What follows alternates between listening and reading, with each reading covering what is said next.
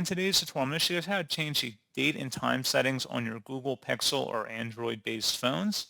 So this should hopefully be a pretty straightforward process here, guys. And without further ado, let's go ahead and jump right into it.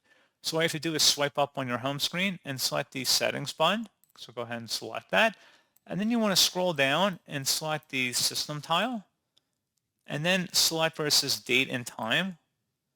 And then if your day and time is not set automatically, you may want to consider toggling it to the right.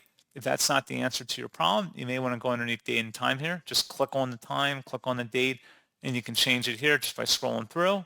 And then you would select OK to save it. You can select the hour and the minute, as well as if it's AM or PM. And you can do the same thing for the date settings as well by this little calendar that opens up, and you can scroll to the right or left if you have to fix the date and time.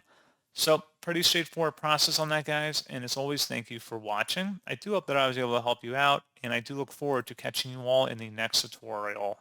Goodbye.